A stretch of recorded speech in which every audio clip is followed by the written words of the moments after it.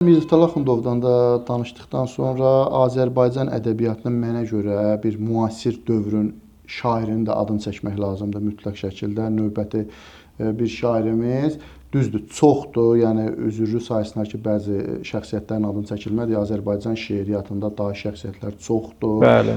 Həqiqətən də Mikail Müşfiq, Hüseyn Cavid, Səməd Vurğun və çoxdur yaradıcılar. Amma mən müasir dövrdə, yəni bir növ bizim özümüzün gördüyümüz bir şairin adını çəkmək istəyirəm ki, bu da Bəxtiyar Vahabzadədir. Bəxtiyar Vahabzadə yaradıcılığı həqiqətən də müasir dövrümüzdə, yəni çox sevilən bir yaradıcılığı var və Bəxtiyar Vahabzadə də bir şair kimi fəlsəfəyə, insanlara müəyyən fikrin çatdıra bilir. Bax, bir şairin dahi olması onun yaradıcılığında dərinliyə girə bilməsidir, dərin ifadələr etməsidir, deyə bilməsidir şeiriyyatın. Və hər dövr üçün tələbatlı olması. Bəli. Misal üçün nə qədər şair var, hamı qələmin alıb əlinə bir 4 kuplet, 4 misra yazıb yaradır, çıxardır.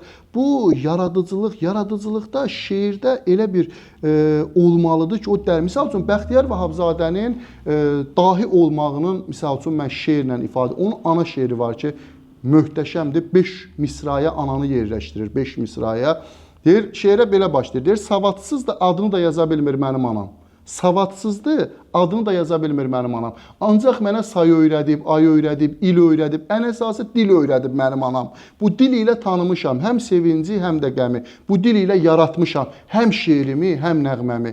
Yox, mən heçəm, mən yalanam. Kitab sözlərimin müəllifi mənim anam. Savadsız anadan başladı ki, yaradıcılığımı anam yazıb.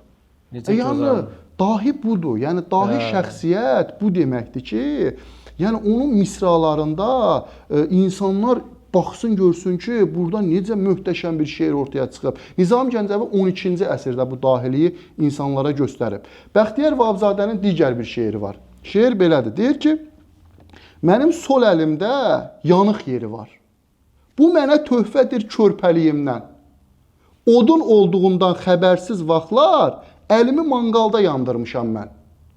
Mənə cız dedilər, ancaq qanmadım. Əlimi yandırıb tanıdım odu.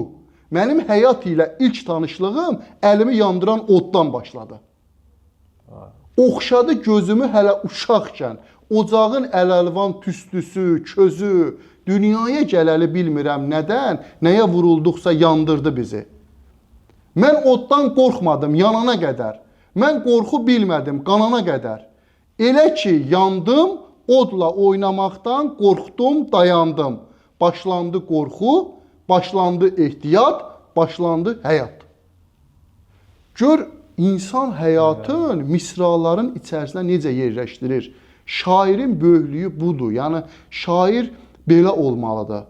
Yəni, budur. Misal üçün, Bəxtiyar Vahabzadənin yəni, müəllim şeiri, möhtəşəm, ana şeirin dedik, həyat şeiri var ki, onun o çox yerdə səsləndirir, tabi bir də uzun şeirdə. Mən və mən şeiri var. Ola bilər, hə. Misal üçün, mən özümdən ayrılıb mənə baxmaq istədim. Hə. Mən kiməm? Bu dünyada ya nəyə gəldim, nə etdim? Üzümdəki maskalar qat-qat olub, görmürəm. Öz içimdə itmişəm, öz yolumu getmirəm. Hamı məni mən sanır, mən özümü tapanmıram. Hər gün başqa rəngdəyəm, bircə rəngdə qalanmıram. Aldadırıq hamını, aldadırıq özümüzü, gizlədirik ürəkdə hər an doğru sözümüzü. Həqiqətən də insanlara nəsə toxunur. Onun misal üçün, sən hardan biləsən, nə çəkirəm mən, payızam ey ömrün ilk məhəbbəti, sən hardan biləsən, nədən biləsən, yoxdur bu dünyada səndən varsa. Bu uzun bir şeydir. Sonra mən 15 yaşında, 20 yaşında elə bilirdim ki, 40 qocalıqdır, 50-yə çatıram ancaq başımda, uşaqlıq havası hələ qalıbdır. Çoxdur, amma onun bir dənə də gözəl şeiri var, o çox yerdə məncə səslənməyib. Ata və oğulun bir-biri ilə danışığı. Təsəvvür edin ki, qışlı, qarlı bir havadır. Qarlı havada oğul çöldə odun yarır, odun yarır. Ata da çöldən baxır ki, oğlum qarda odun yarır. Bu oğlunun şey eləyir də, oğlundan belə nigaran qalır ki, soyuqdur, oğlum üşüyəcək, eləyəcək. Bu çıxır, ata oğlu səsləyir ki, gəl içəri soyuqdur. Bu elə bir ki, vaxtda şeiri yazır. Gör nə deyir? Ata qayıdır oğula deyir ki, ay oğul tay bəsdir, az yor özünü, yardığın odunlar görər 10 günü. 10 gün bəsimizdə gəl. Oğul qayıdır, ay ata gəlirəm, sən keç içəri, 10 dəfə demişəm bayaqdan bəri. Ata deyir, demə 10 dəfə də ata gəlir, deyir, oğul get içərdə, mən burada odunu yaram. Ata deyir ki, ondan mən belə eləyim, qoy məcbur olub gəlsin. Çıxır çölə, yanır soyuqdakı, qoy oğlum pis olsun ki, atam da üşüyür, qoy girsin içəri. Çıxır dayanır çöldə, ata qayıdır deyir ki, ata qayıdır deyir ki, sözümə baxmırsan, əgər gəlməsən, səninlə soyuqda dayanacam mən. Oğul deyir, özün bil, dur orada, gərək bu axşam bunların hamısını yarıb qurtaram. Deyir, özün bilirsən, dur orada, mən yarıb qurtarım. Ata gördür, ay oğul soyuqdur, gəl qızış biraz. Deyir, kişi öz işini sabaha qoymaz, oğul deyir. Ata çox yalvardı, oğul yox dedi, dediyi sözündən geri dönmədi. Birdən evə keçdi ata. Bu ara qucağında uşaq çıxdı bayıra. Bunu görən kimi oğul bozardı, qəzəb qığılcımı üzünü sardı. Dilləndi, ay ata, soyuqdu axı, niyə çıxartmısan çölə uşağı?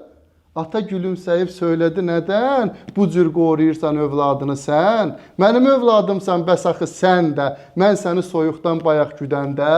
Sözümə baxmırsan, belədir qayda, balasını istər hər kəs dünyada.